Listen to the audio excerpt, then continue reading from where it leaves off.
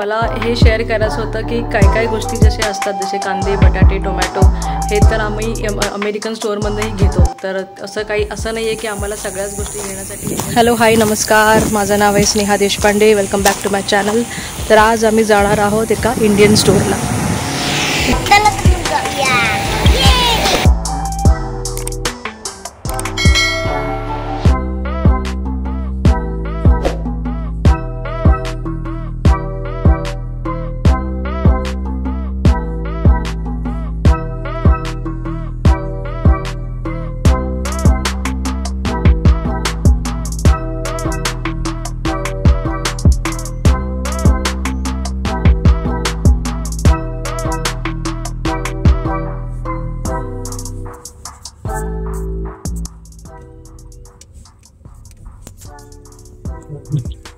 तर या स्टोअरचं नाव आहे ऑरेंज टॉमी इंडिया मार्ट.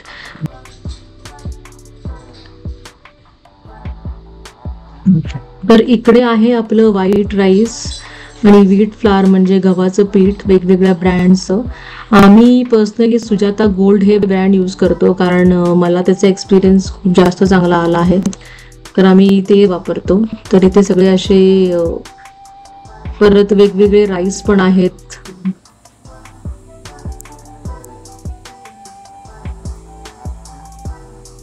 इकडे आहे स्नॅक्स आयटम, खाकरा वेगवेगळ्या फ्लेवरचे.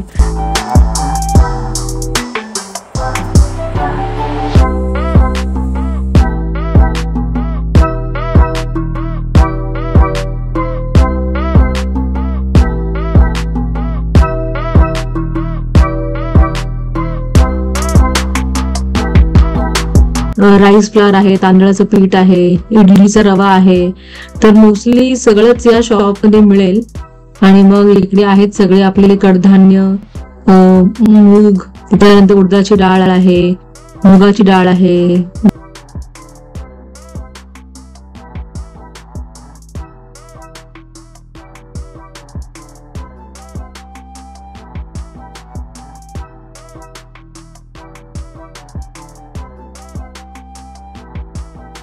तर इकडे इंडियापेक्षा सगळंच ऑफकोर्स दुप्पट आणि तिप्पट किमतीने मिळतं, पण आपल्याला हेच खाण्याची सवय असते, तर किती महाग असलं तरी आपण ते घेतोच. आणि इकडे आहे सगळं डेझर्टचं सेक्शन, कुल्फी, बासुंदी, आईस्क्रीम्स, वारीलालचे, मग श्रीखंड आहे.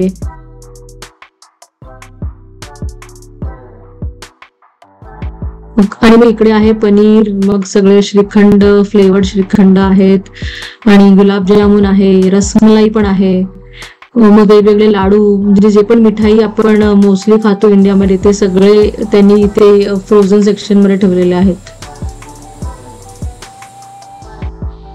इकडे आहे पाणीपुरी, मुंबईकरांचं फेवरेट खाणं पाणीपुरी. मी खूप मिस करते की स्ट्रीट फूड, आता पाणीपुरी वगैरे खाणं.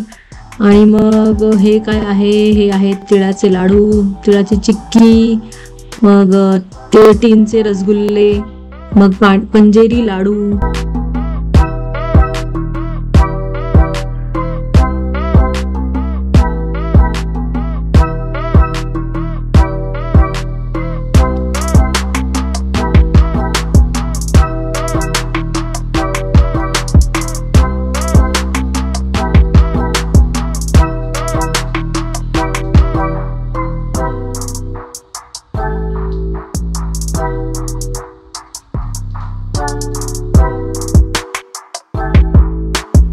आणि इकडे आहेत सगळे आपले रेडीमेड मसाले, MDH वेगवेगळ्या ब्रँडचे आहेत, एव्हरेस्ट आहे, टाटा सॉल्ट, ब्लॅक सॉल्ट, हे सगळं सॉल्टचं सेक्शन आहे.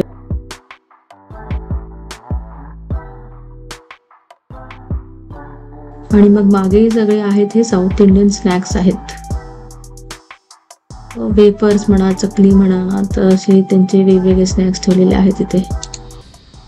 तर इकडे सगळं फ्रोझन फूड आहे, समोसे आहेत, मग दुसरे स्नॅक्स आहेत, रोल आहे, मग इथे आहे चपात्या मिळतात, परत पराठा, तंदुरी नान, रोटी, प्लेन पराठा, या सगळ्या गोष्टी इथे मिळतात.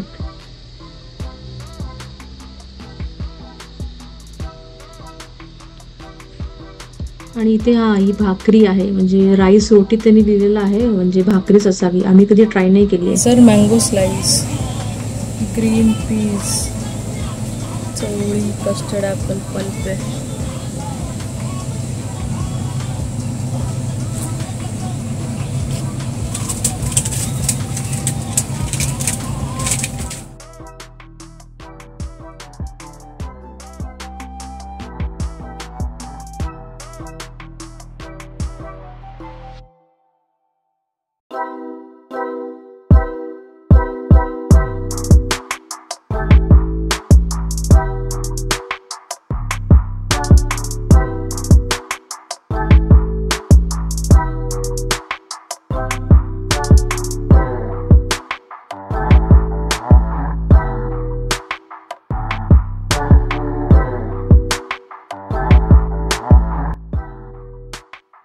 आणि जसं तुम्ही बघू शकता इथे सगळं पूजेचं साहित्य ठेवलेलं आहे आणि मोस्टली सगळ्याच गोष्टी इथे मिळतात. जे काही पूजेसाठी आपल्याला लागतं ते सगळ्या गोष्टी इथे मिळतात.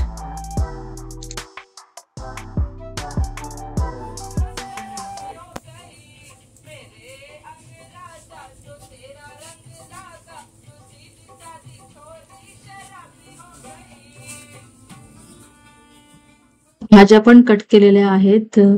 मटार आहे, म्हणजे वाल पापडी आहे, सांबार मिक्स आहे, तोंडली आहे, गाजर आहे, बटाटे पण आहेत. तर इथे प्री कट भाज्या आहेत इथे, म्हणजे भेंडी आहे. तर अशा सगळ्या भाज्या, मिक्स व्हेजिटेबल पण आहेत. आणि इकडे असे समोसे मिळतात, म्हणजे $1 एक समोसा मिळतो. आणि मग इथे शुगर केन ज्यूस ठेवलेले आहेत, मग लाडू, जलेबी, अशी मिठाई पण इथे ठेवलेले असतात.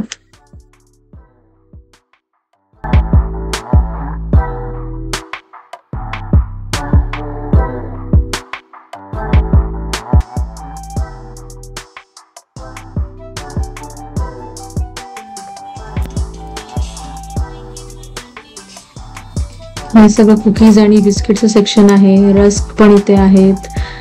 जे काही इंडियाला मोस्टली आपल्याला बिस्किट्स मिळतात ते सगळे या स्टोअरमध्ये अवेलेबल असतात.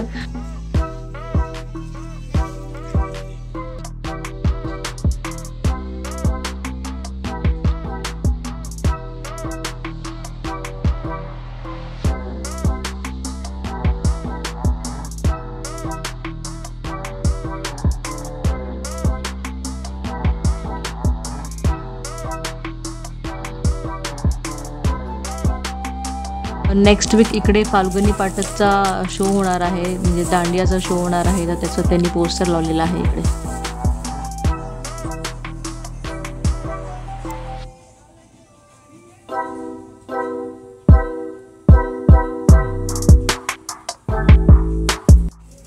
गणेश चतुर्थी जवळ आली आहे, म्हणून फेस्टिवल वाईज त्यांनी आता इथे गणपती ठेवले आहेत.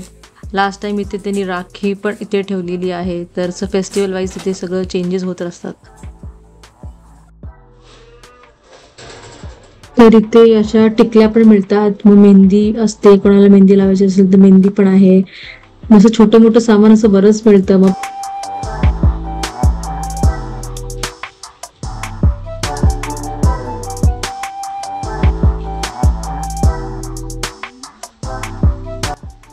स्टोअरमध्ये नेहमी असे बॉलिवूड सॉंग्सच ते प्ले करतात आणि सगळ्या इंडियन्सला इथे बघून असं वाटतं की थोड्या वेळसाठी आपण इंडियामध्येच आहोत.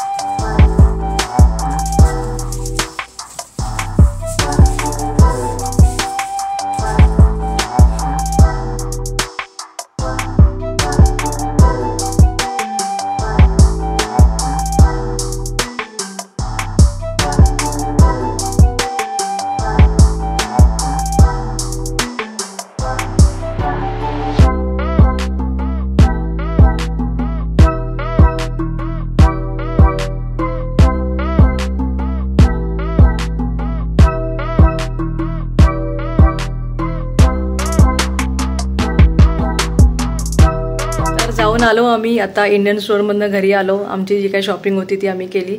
तर मला हे शेअर करायचं होतं की काय काय गोष्टी जसे असतात, जसे कांदे, बटाटे, टोमॅटो, हे तर आम्ही अमेरिकन स्टोअरमधनंही घेतो. तर असं नाही आहे की आम्हाला सगळ्याच गोष्टी घेण्यासाठी इंडियन स्टोअरला जावं लागतं. तर काही काही स्पेसिफिक गोष्टी असतात, म्हणजे सोललेला नारळ म्हणा किंवा मिरच्या, ज्या आपण म्हणजे ज्या ज्या गोष्टी खूप स्पेसिफिक असतात, जे फक्त इंडियन्सच जास्त वापरतात, मग त्या गोष्टींसाठी आम्हाला इंडियन स्टोअरला जावं लागतं. तर काही काही स्पेसिफिक गोष्टी. बेनिफिट अजून एक आहे की जे इंडियन स्टुडंट्स इथे शिकायला येतात त्यांच्यासाठी ते थोडंसं डिस्काउंटेड रेटमध्ये त्यांना प्रोडक्ट्स विकतात.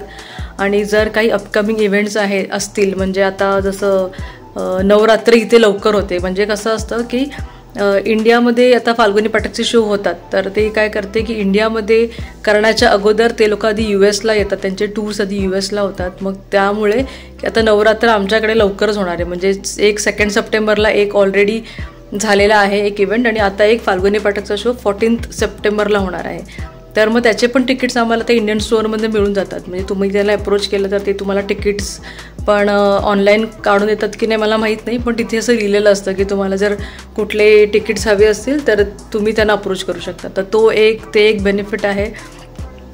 आणि तिथे मी पालेभाजी जास्त घेत नाही, कारण की मला ते जास्त फ्रेश वाटत नाही.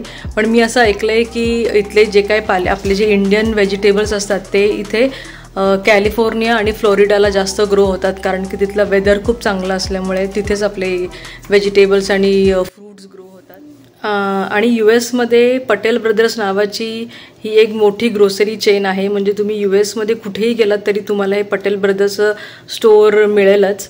आणि हे जे स्टोअर आम्ही गेलो होतो ते बरंच छोटं होतं, म्हणजे ते पटेल ब्रदर्स एवढं मोठं नाही आहे, पण आम्हाला ज्या गोष्टी नेहमी हव्या असतात त्या तिथे नेहमी अवेलेबल असतात. म्हणून म्हणजे मी तरी अजूनपर्यंत पटेल ब्रदर्समध्ये गेली नाही आहे.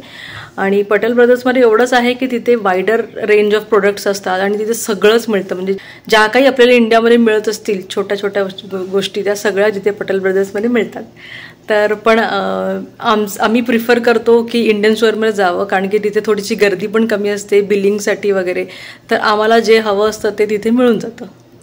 तर बाकीच्या ज्या गोष्टी आहेत, म्हणजे पिठं म्हणा, कडधान्य म्हणा, तर ह्या सगळ्या गोष्टी तर इंडियावरूनच येतात. तर मला नाही वाटत ते इथे काही ग्रो करत असतील.